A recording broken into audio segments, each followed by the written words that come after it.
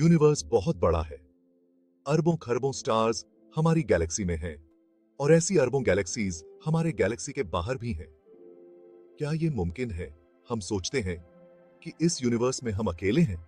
ये सवाल सदियों से इंसानों को परेशान करता आया है। हम स्टार्स को देखते हैं और सोचते हैं, क्या कोई और भी है जो हमें देख रहा है? 1977 में एक रेडियो टेलीस्कोप ने स्पेस से एक स्ट्रॉन्ग सिग्नल रिसीव किया। यह सिग्नल इतना अजीब था कि उस डेटा को एनालाइज करने वाले एस्ट्रोनॉमर ने उसके मार्जिन में वाओ लिख दिया। वाओ सिग्नल, जैसा कि अब इसे जाना जाता है, आज तक रहस्य बना हुआ है। क्या यह किसी एलियन सिविलाइजेशन का मैसेज था या कोई नेचुरल फिनोमिनन जिसे हम अभी तक समझ नहीं पाए हैं? हम शायद कभी नहीं जान पाएंगे, लेकिन वाओ सिग्नल हमें याद दिलाता है कि यूनिवर्स सरप्राइजेस से भरा हुआ है।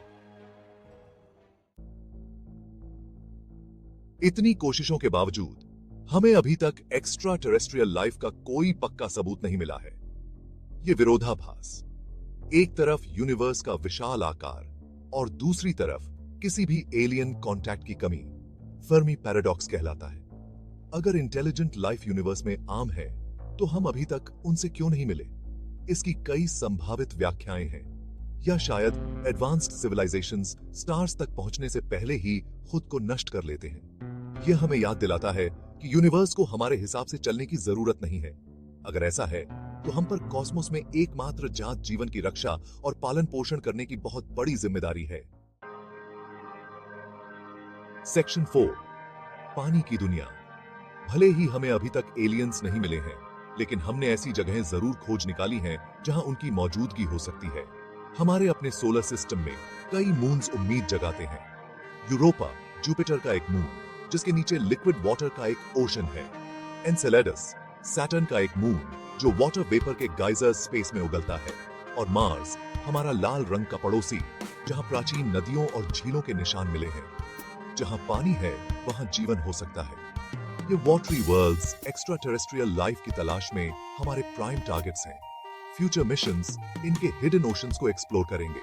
माइक्रोबियल लाइफ के साइंस की तलाश में किसी दूसरे वर्ल्ड पर, चाहे वो कितना भी सिंपल ऑर्गेनिज्म क्यों ना हो, उसकी खोज एक बहुत बड़ी घटना होगी जो साबित करेगी कि लाइफ सिर्फ अर्थ तक ही सीमित नहीं है। सेक्शन 5, फुसफुसाहट सुनना। एक्स्ट्रा टेरेस्ट्रियल इंटेलिजेंस या सेटी की तलाश एलियन सिविलाइजेशन से आने वाले सिग्नल्स को डिटेक्ट करने का एक ग्लोबल एफर्ट है। दुनिया भर के रेडियो टेलीस्कोप्स आसमान को स्कैन करते हैं, ऐसे पैटर्न्स या रेपिटेशंस की तलाश में जो किसी आर्टिफिशियल सोर्स की तरफ इशारा करते हैं। अभी तक एसईटी को एलियन टेक्नोलॉजी का कोई पक्का सबूत नहीं मिला है, लेकिन यह तलाश जारी है, इस विश्वास के साथ कि हम अकेले नहीं हैं। एलियन लाइफ को खोजने की हमारी क्षमता को बढ़ाने के लिए नई टेक्नोलॉजीज डेवलप की जा रही हैं। स्पेस बेस्ड टेलीस्कोप्स जल्द ही दूर के प्लैनेट्स के एटमॉस्फेयर्स को एनालाइज कर पाएंगे। बायोलॉजिकल एक्टिविटी के साइंस की तलाश में डेटा के पहाड़ों को छानने के लिए एडवांस्ड एल्गोरिथम्स का इस्तेमाल किया जा रहा है, ऐसे पैटर्न्स की तलाश में जिन्हें शायद इंसानी नजरों ने मिस कर दिया हो। ये साता थे।